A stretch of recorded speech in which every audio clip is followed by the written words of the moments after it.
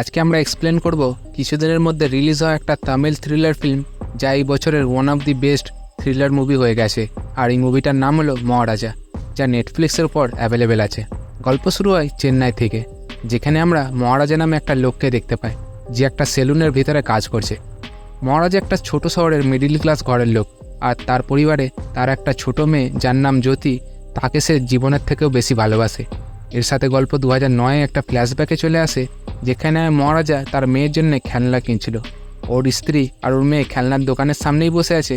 ও তার স্ত্রীর কাছ থেকে জিজ্ঞেস করছে একটা খেলনা কেনার ব্যাপারে। এরই মধ্যে একটা লরি রোড থেকে ডিসব্যালেন্স হয়ে এসে ওই ঘরের ভিতরে ঢুকে পড়ে। এখান থেকে মুভির সিন 2023-এ চলে আসে, যেখানে মহারাজা তার মেয়ের সাথে একটা ভালো জীবন কাটাচ্ছে। ওর স্ত্রী লরির সাথে অ্যাক্সিডেন্টে মারা গিয়েছিল, তাই জন্যে তার পরিবারে শুধু মহারাজা আর তার মেয়ে জ্যোতিই আছে। ওদের ঘরে একটা লক্ষ্মী নামে একটা ডাস্টবিন আছে, যেটাকে তারা একটা মানুষের মতো সামলে রাখে, আর তারা সেটার পূজাও করে। এখানে আমাদের একটু আজব মনে হয়, কারণ যে জিনিসের ভিতরে নোংরা ফেলা হয় সেই জিনিসটাকে মন্দিরে রেখে পুজো করা হচ্ছে। মহারাজের মেয়ে এখন 10 ক্লাসে পড়ে, কিন্তু যে সময় ছেলে মেয়েদের মন পড়াশোনার প্রতি থাকে, সেই সময় জ্যোতির মন খেলাধুলার প্রতি আছে।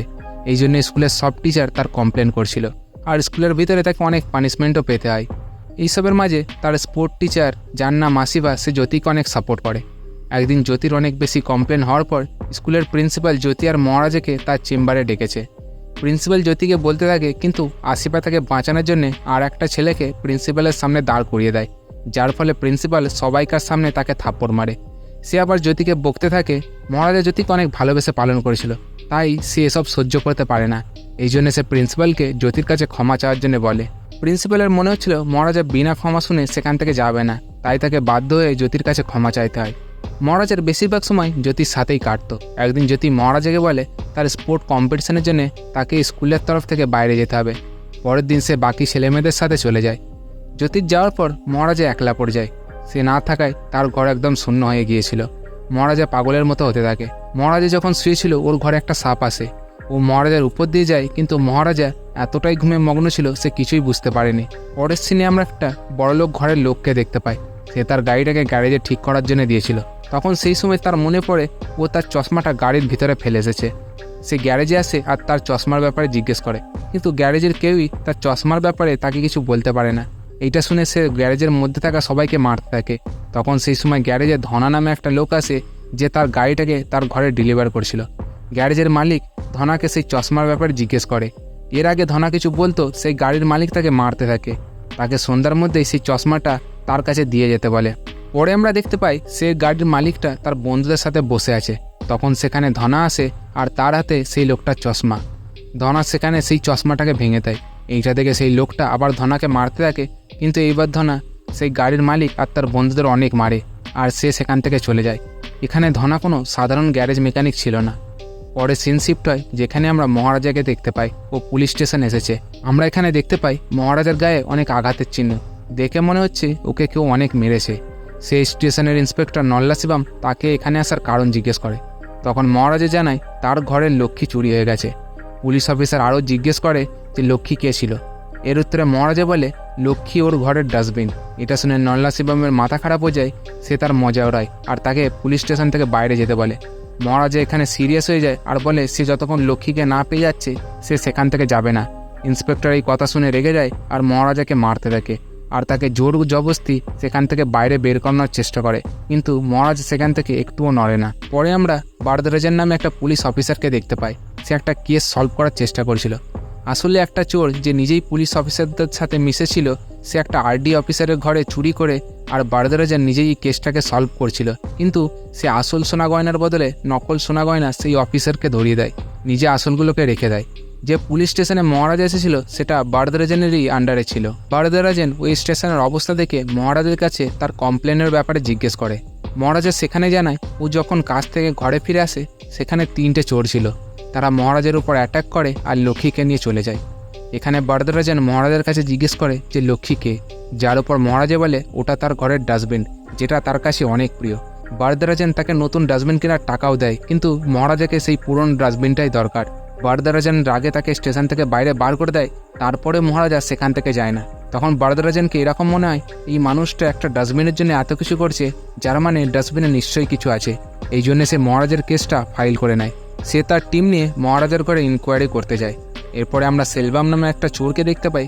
সে তার সঙ্গীদের নিয়ে চুরি করত, আর ওই সব ঘরেই চুরি করতো যাদের ঘরে কোনো লোক থাকতো না, আর চুরি করার সময় সে মহিলাদের সাথে অ্যাসল্টও করতো। পরে আমরা দেখতে পাই সেলভামের একটা নর্মাল ফ্যামিলি আছে, একটা ছোট বাচ্চা আর তার স্ত্রী আছে। আমরা এখানে যে সিনটা দেখছিলাম এটা 2009 ছিল। এটা সেই টাইমটাই ছিল যখন মহারাজার স্ত্রীও মারা গিয়েছিল। সেলভামের মেয়ের নাম আম্মু, তার পিঠের উপর আঘাতের চিহ্ন ছিল। সেলভাম দিনে ওয়ারিংয়ের কাজ করত আর রাতে চুরি করত। তার ঘরে কারো আইডিয়া ছিল না যে সে চোর। এখন মুভি প্রেজেন্ট টাইমে চলে আসে, যেখানে আমরা সেলভামের ঘরে আমরা লক্ষ্মীকে দেখতে পাই, যার মানে সেই ওই রাতে মহারাজার ঘরে চুরি করেছিল। অন্যদিকে সব পুলিশ অফিসার লক্ষ্মীকে খুঁজছিল, কিন্তু তারা কিছুই খোঁজখবর পায় না। মহারাজা পুলিশ স্টেশনে কাজ করতে লেগে যায়, কারণ সে বরদরাজানকে 5 লাখ টাকার ঘুষ দেওয়ার প্রমিস করেছিল লক্ষ্মীকে খোঁজার বদলে। সে তার মধ্যে 50,000 টাকা তাকে অ্যাডভান্স দিয়েছে। পরের সিনে আমরা লক্ষ্য করি মহারাজা বরদরাজানের সাথে দেখা করছে, তখন ধনার কোম্পানির একটা গাড়ি ওখানে আসে। মহারাজা জিজ্ঞেস করলে জানতে পারে যে ওদের কোম্পানির কাজ করা এক কর্মচারী ধনা অনেকদিন ধরে উদা হয়ে গেছে। ও মহারাজাকে তার ফটোও দেখায়। ফটো দেখতে আমরা ফ্ল্যাশব্যাকে চলে যাই। আমরা দেখতে পাই সেই কালো ধনী ব্যক্তিকে। সেই চুরির দিন ঘরে যখন মহারাজা সেই চোরগুলোর সাথে লড়াই করছিল, মহারাজা সেই চোরদের মধ্যে থেকে একজনের কাছ থেকে একটা গাড়ির কাগজ পেয়েছিল। সে তার থ্রু সেই ধনী ব্যক্তিটার কাছে যায়। আমরা দেখি ধনার কিছুক্ষণ যাওয়ার পর মহারাজা সেখানে যায়। ও যখন ধনাকে মারপিট করতে দেখতে পায়, তখন মহারাজের সন্দেহ হয় আর সে ধনার পিছু করতে থাকে।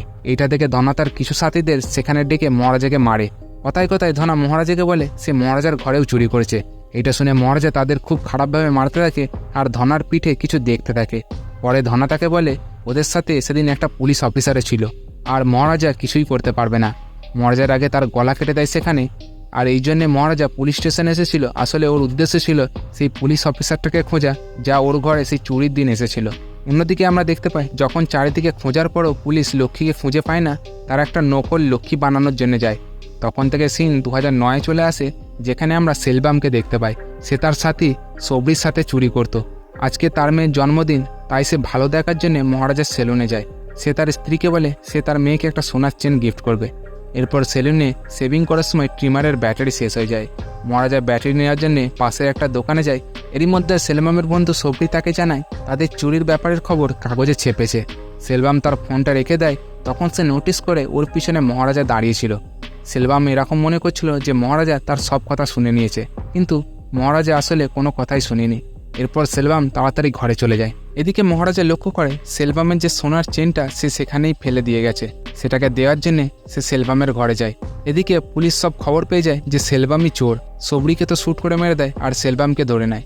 সেলভামের এখানে এরকম মনে হচ্ছিল যে মহারাজাই তার ইনফরমেশন পুলিশকে দিয়েছে, আর সেই পুলিশদের এখানে নিয়ে এসেছে। এই জন্যে সে মনে মনে মহারাজের সাথে বদলা নেবার প্ল্যান করে। মুভি আবার প্রেজেন্ট টাইমে চলে আসে। এখানে নকল ডাস্টবিন তৈরি করা হয়ে গেছে। প্রশ্ন একটাই যে চোর কে হবে। বরদরাজান এটা ভাবে একইভাবে কোনো পুলিশের লোককে চোর ভেবে ধরে নেবে আর পরে তাকে ছেড়ে দেবে, কারণ তারা সেটা অনেকবারই করে আসছে। সেই জন্য এখানে নল্লা শিবমকে চোরে পরিণত করে দেওয়া হয়। পরে বরদরাজান মহারাজাকে কল করে এবং তাকে তার গল্প শোনাবার জন্য বলে। পরের দিন সকালে মহারাজা পুলিশ স্টেশনে এসে তার গল্প আবার বলতে থাকে। এখানে গল্পের একটা বড় রহস্য বলে। মহারাজা বলে সে রাতে 10টার সময় ঘরে পৌঁছায়। আসলে ওই ঘরে তখন কেউ ছিল না, ঘরে জ্যোতি এসেছিল। তখন সেই ঘরে 3টে চোর লুকিয়েছিল। তারই মধ্যে একটা পুলিশ অফিসার যে মহারাজের জন্য লক্ষ্মীকে খুঁজছে, যার নাম হলো নল্লা শিবম, আর অন্যজন সেলভাম, যে জেল থেকে ছাড়া পেয়ে মহারাজের সাথে বদলা নিতে এসেছিল। এখনও পর্যন্ত যা আমরা জানতে পারি সেলভামের ব্যাপারে যা বলা হয়েছে সেগুলো সব অতীতের ঘটনা, যা 2009-এ ঘটেছিল। জ্যোতি এসব থেকে অজানা, ঘরে জামা কাপড় পরছিল। আর তারা 3জন জ্যোতির সাথে অনেক খারাপ কাজ করে আর মহারাজার আসার আগেই সেখান থেকে পালিয়ে যায়। এদিকে বরদরাজান যখন সেই পুলিশ অফিসারকে তার গল্প বলে, অর্থাৎ নল্লা শিবমকে, তখনও ভয় পেয়ে যায় আর সে সেলভামকে তৎক্ষণাৎ কল করে। এখন পর্যন্ত নল্লা শিবমের এরকম মনে হচ্ছিল যে মহারাজা কিছুই জানে না। তার ভয় হচ্ছে কি লক্ষ্মীকে খুঁজতে খুঁজতে তারা না ধরা পড়ে যায়। এখানে সিন আবার পাস্টে চলে আসে। ওই দিনই যখন মহারাজা তার মেয়ের জন্য স্পোর্টস শু কিনে ঘরে ফিরছে। সে ঘরে এসে তার মেয়েকে এরকম অবস্থা দেখে শকড হয়ে যায়। সে তাকে হসপিটালে নিয়ে যায়। জ্যোতির অবস্থা অনেক খারাপ হয়ে গেছে, যা মহারাজা দেখে অনেক দুঃখী হয় আর কাঁদতে থাকে।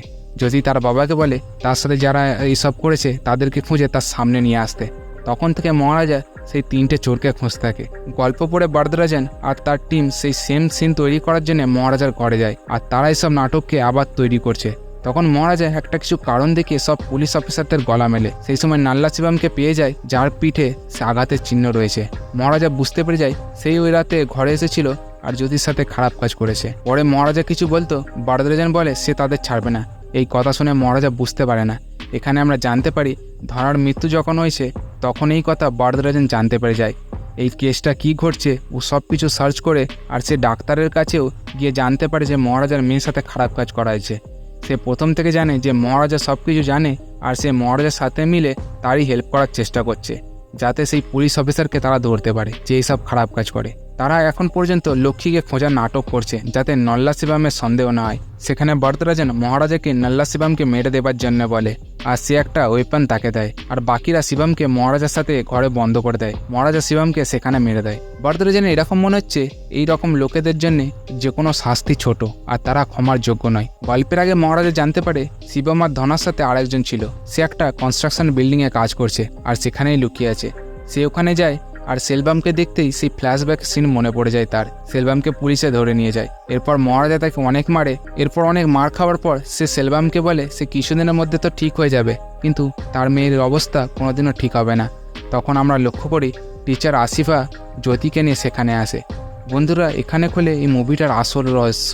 জ্যোতি সেলভামকে একটা চেন দেয় আর সেটাকে রেখে দিতে বলে আর সে সেখান থেকে চলে যায়। জ্যোতির মনে হয় যে তারা সেদিন তার ঘরে চুরি করতে এসেছিল। সেই চেনটা দেখে সেলভাম একদম চমকে যায়। এটা সেই চেনটা ছিল যেটা সেলভাম 2009-এ তার মেয়ের গিফট হিসেবে কিনেছে। এখানে আমাদের 2009-এর সিন দেখানো হয়, যেখানে আমরা লক্ষ্য করি সেলভামের অ্যারেস্ট হওয়ার পর ওর স্ত্রী বলে সে যেন তার মেয়ের থেকে দূরে থাকে, কারণ তাদের কোনো ধারণা ছিল না সেলভাম এত ভুল কাজ করে আর ও মেয়েদের সাথে খারাপ কাজ করে। এইসব দেখে তখন সেলভামের ভুল ধারণা হয় যে মহারাজাই তাকে ধরিয়ে দিয়েছে, কিন্তু আসলে পুলিশ সব কিছু এর আগেই জানতে পেরে যায়।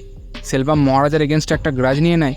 জেল থেকে বাইরে আসার পর সেই সব খারাপ কাজ করে। এখানে একটা শকিং জিনিস, এটা যখন মহারাজা সেখানে যায় সে তার পরিবারের সাথে গিয়েছিল আর সেটা সেই ঘরটাই ছিল যেটা আমরা মুভির শুরুতে দেখেছিলাম। মহারাজা সেলভামের স্ত্রীকে সেই চেনটা দেয় যেটা সেলভাম মহারাজার দোকানে ভুলে আসে। সেলভামের স্ত্রী সেটা নেয় না, সেও বলে এটা চুরির জিনিসই হবে। তখন মহারাজা সেলভামের মেয়ের জন্য একটা খেলনা কিনতে চায়। সেই সময় একটা লরি সেই ঘরে ধাক্কা মারে। এই ঘটনার পর মহারাজার স্ত্রী, তার মেয়ে, সেলভামের স্ত্রী সবাই মারা যায়, শুধু সেলভামের মেয়ে বেঁচে যায়।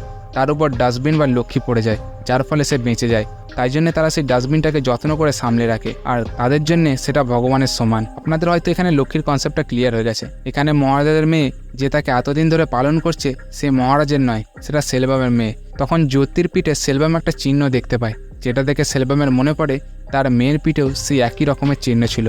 এখানে সেই মেয়েটা জ্যোতি নয়, তার নাম আম্মু। এখানে সেলভাম বদলার আগুনে তার মেয়ের সাথে খারাপ কাজ করেছে। এখানে সেলভাম তার দুষ্কর্মের ফলে অনেক আফসোস করে। সে মহারাজার কাছে ক্ষমা চায়, কিন্তু অনেক দেরি হয়ে গেছে। এখন মহারাজা জ্যোতি আর আসিফা সেখান থেকে বেরিয়ে যায় আর সেলভাম তার কর্মের ফলে নিজেকে ক্ষমা করতে পারে না আর বিল্ডিং থেকে লাফিয়ে নিজের জীবন দিয়ে দেয়। আর এর সাথে এই মুভিটা এখানেই শেষ হয়। বন্ধুরা, এটাই ছিল মহারাজা মুভির স্টোরি। আর এরকম নতুন মুভি আর হরর মুভি এক্সপ্লেনের জন্য আমাদের বেঙ্গামি চ্যানেলকে অবশ্যই সাবস্ক্রাইব করে দিয়ে যাবেন। আপনাদের যদি কোনো সাজেশন থাকে কমেন্ট করে জানাতে ভুলবেন না।